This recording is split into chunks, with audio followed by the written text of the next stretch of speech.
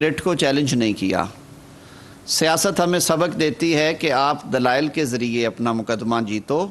آپ منطق کے ذریعے اپنی بات کو ثابت کرو اور قائل کرو، آپ ثبوتوں سے اور حقائق سے دوسرے کو بات منواؤ اور سمجھاؤ۔ سیاست یہ سبق نہیں دیتی کہ آپ ہاتھوں میں ڈنڈے اٹھائیں، جیبوں میں پتھر رکھیں۔ ٹیئر گیس جو کہ ٹریڈیشنلی پولیس کی طرف سے فائر ہوتی ہے، وہ اپنے ورکنوں کو ٹیئر گیس شیلز اور ٹیئر گیس گنز دیں اور آپ ریاست پہ اور حکومت پہ حملہ آور ہو جائیں۔ اتنی خوفناک صورتحال دیکھنے کو ملی آج اسلام آباد میں، جو مناظر آپ نے دیکھے کہ یہ پاکستان کی تاریخ میں کوئی پہلی عدالتی پیشی نہیں ہے، اور یہ کوئی خدا نخواستہ کوئی عمر قید یا سزائے موت کا فیصلہ نہیں ہونے جا رہا تھا۔ ایک آئینی ادارہ ہے الیکشن کمیشن آف پاکستان، جس نے ایک پورے ٹرائل اور پروسیڈنگز کرنے کے بعد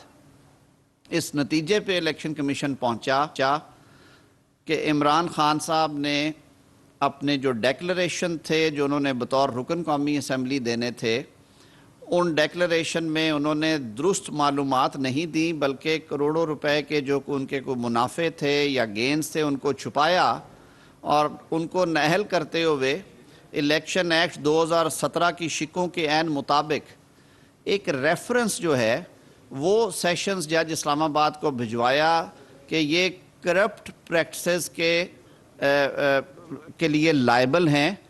انہوں نے کرپٹ پریکٹسز کی ہیں اور اس کا الگ سے ٹرائل کیا جائے۔ اس طرح کے ٹرائلز ماضی میں آپ نے دیکھا ہوگا، الیکشن کمیشن کی شکایات اور ریفرنس پہ درجنوں کے قریب یہ کیسز ہوئے 2010 سے لے کے 2018 تک، جن میں بہت کامنلی جو آپ کو یاد ہوں گے وہ جعلی ڈگری کے وہ کیسز تھے جو کئی ایم این ایز اور ایم پی ایز حضرات کے خلاف الیکشن کمیشن نے موو کیے۔ مختلف سیشن عدالتوں نے ان کیسز کو پروسیڈ کیا، 4 یا 5 گواہان ہوتے ہیں، کئی دفعہ لوگ بری ہوئے، کئی دفعہ لوگوں کو سزائیں ہوئیں۔ ان پارلیمنٹیرینز نے ان سزاؤں کے خلاف اپیلیں فائل کیں، انہوں نے سرنڈر کیا، جہاں پہ سزائیں ہوئیں وہ جیل میں گئے، ان کی بعد میں ضمانتیں ہوں گئی۔ لیکن نہ کبھی احتساب عدالتوں میں یہ تماشا کسی نے دیکھا، نہ کبھی سیشن عدالتوں میں، اینٹی کرپشن کی کورٹس میں، جس طرح کے بھی معاملات ہوں۔ یہ ایک انہونے واقعات ہو رہے ہیں جو ہم نے ان دنوں میں دیکھے ہیں کہ مستقل ایک شخص اس بات پہ بضد ہے کہ اس نے پروسیس آف لا کے آگے سرنڈر نہیں کرنا۔ میرے لیے تو بطور وکیل کے یہ بات بھی تکلیف دہ ہے کہ ایک ایسا شخص جو کہ بائی ہز اون کنڈکٹ کسی قسم کے ڈسکریشنری ریلیف کے لیے انٹائٹلڈ نہیں ہے، یعنی کسی ثوابدیدی ریلیف کے لیے جو کہ آرٹیکل 199 میں ریٹ پٹیشن میں دیا جاتا ہے، میرے ملک کی معزز عدالتوں نے وہ بھی ایک طرح سے ایکسٹرا مائل جا کے وہ ریلیف بھی دیا، اور 8 9 مقدمات میں بیک وقت شام کو عدالتیں کھول کے اور ہائی کورٹ کے اندر ان کو ریسیو کروایا گیا اور ان کو حفاظتی ضمانتیں دی گئیں کہ انہیں فیسیلیٹیٹ کر دیا جائے اور وہ کسی طرح سے اس بات پہ تیار ہو جائیں کہ آج ان پہ فرد جرم لگنی تھی توشہ خانہ والے کیس میں، جو کہ کسی ایک انڈیویجول کا کیس نہیں ہے۔ ایک آئینی ادارے نے پوری تحقیق کے بعد، ایک تفصیلی فیصلے کے بعد، اور وہ بھی متفقہ فیصلہ تھا، اس میں کوئی ڈیسینٹنگ نوٹ بھی نہیں تھا، یہ ریفرنس بھیجا۔ آج جس طرح سے املاک کو، سرکاری گاڑیوں کو نقصان پہنچایا گیا، نظر آتش کیا گیا، کارکنوں کے، یا میں یہ کہوں گا کہ شرپسندوں کے جمع غفیر میں خود کو انہوں نے چھپا کے انسانی ڈھالیں بنا کے پروسیس آف لا کی جس طرح سے دھجیاں اڑائی گئی ہیں، وہ ہم سب کے لیے ایک لمحہ فکریہ ہے۔ اب دوسری بات جو بار بار سننے میں آ رہی ہے، ادھر سے بیان بھی دیے جا رہے ہیں کہ لاہور زمان پارک میں جو ایکشن ہوا ہے وہ پی ڈی ایم کی حکومت یا سیاسی حکومت نے اپنی سیاسی مخاصمت میں کیا۔ تو آپ سب کے سامنے ہے کہ پنجاب میں ایک نگران سیٹ اپ ہے، وہ انڈیپینڈنٹلی حکومت کے معاملات چلا رہے ہیں، نگران کابینہ ہے، اس نگران کابینہ نے الیکشن کمیشن کی اجازت سے یہاں پہ انسپیکٹر جنرل آف پولیس اور دیگر افسران جو ہیں ان کو تعینات کیا. ایک ایسے چیف سیکرٹری کی تعیناتی کی ہے جو کہ خان صاحب کے دور میں تھرو آؤٹ پنجاب میں پوسٹڈ رہے ہیں اور بڑی اچھی شہرت کے آفیسر ہیں. وہ ان کے senior member board of revenue تھے. تو اس سارے کے باوجود اگر آپ نے ایک نیوٹرل سیٹ اپ کو بھی مجبور کر دیا ہے کہ وہ ریاست کو بچانے کے لیے, شہر کے امن کو بچانے کے لیے اور ریاست کے اندر ریاست بننے سے روکنے کے انہوں نے اگر ایکشن کیا ہے, اور پرسوینٹ ٹو دا پریویس ایونٹس, یعنی کہ انہوں نے ان دا لائن آف ڈیوٹی کیا, جو تماشا زمان پارک میں لگایا گیا جب ان وارنٹس کی تعمیل کے لیے پولیس یہاں پہ آئی, اور جس طرح سے پولیس پہ حملہ آور ہوئے لوگ اور درجنوں پولیس اہلکاران کو اور افسران کو زد و کوب کیا گیا, ان پہ پتھراؤ کیے گئے, پیٹرول بومب پھینکے گئے, غلیلوں کے ذریعے پتھر اور وہ موٹے کینچے پھینکے گئے.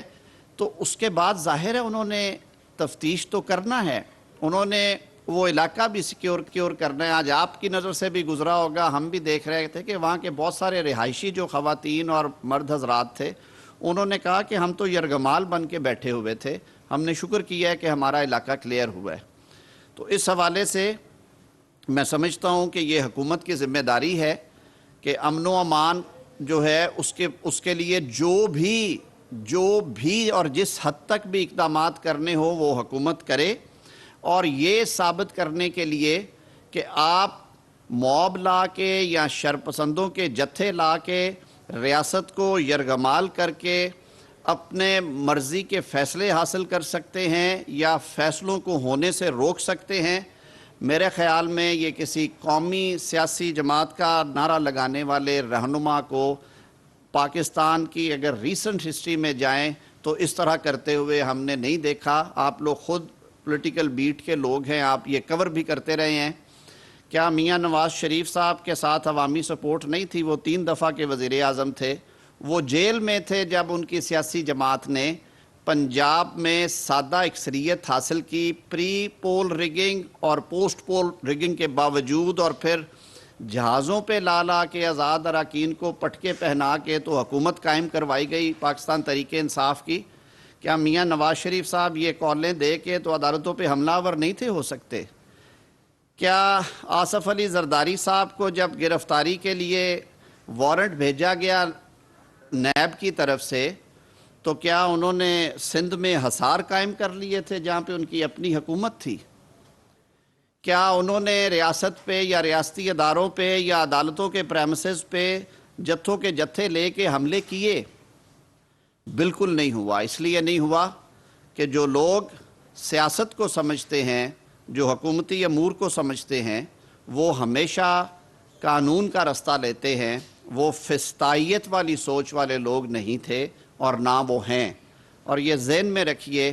کہ فسطائیت کسی صورت بھی دائمی نہیں رہتی. یہ جو آج عمران خان صاحب اپنے ورکروں کے ذریعے, یا میں تو کہوں گا کہ ورکرز کو بھی, یہ سیاسی ورکر کے لیے یہ شاید انہیں بھی یہ زیب نہیں دیتا, اور شاید یہ سیاسی ورکران ہوں بھی نہ, یہ لوگ جہاں سے بھی آئے ہوئے ہیں, یہ ایک کھلا بغاوت کی دعوت دے رہے ہیں. اور اس طرح کے رویوں کے ساتھ آپ پاکستان کے عوام کو, پاکستان میں بسنے والوں کو جو پیغام دینا چاہتے ہیں وہ ماسوائے انارکی کے اور انتشار کے اور کوئی پیغام نہیں ہے. ہم نے پہلے بھی یہ بات کی اور میں اب بھی یہ بات کرتا ہوں کہ قانون اور انصاف کو اپنا رستہ لینا چاہیے, اور سیاستدانوں کو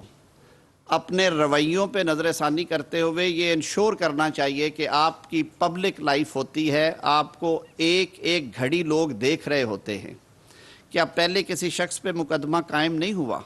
کیا پہلے کسی شخص پہ فرد جرم عائد نہیں ہوئی؟ کیا پہلے کسی شخص کے خلاف عدالت میں شہادتیں ریکارڈ نہیں ہوئیں؟ کیا پہلے کسی سیاسی لیڈر کو عدالت سے سزا نہیں ہوئی اور انہوں نے اپیلیں فائل نہیں کی؟ تو عمران خان صاحب اس ملک پہ رحم فرمائیں, اپنے آپ پہ رحم فرمائیں. آپ کی اس سوچ نے اس نظام انصاف کا مذاق اڑایا ہے. اعلیٰ عدالتوں سے بھی ہم یہ توقع رکھتے ہیں کہ وہ اس طرح کی سہولتیں دیتے ہوئے یہ ضرور دیکھیں کہ جب ثوابدیدی ریلیف دینے کی بات آتی ہے تو آج سے 70 سال کا جو ایک مستند اصول ہے اور یہ پریکٹس ہے عدالتوں کی کہ آپ اس میں سائل کا اس کا جو کنڈکٹ ہے وہ ضرور دیکھتے ہیں اور اس کنڈکٹ کو دیکھتے ہوئے آپ ریلیف دیتے یا ریلیف ریفیوز کرتے ہیں. جس طرح سے بارہا عمران خان کو مواقع دیے گئے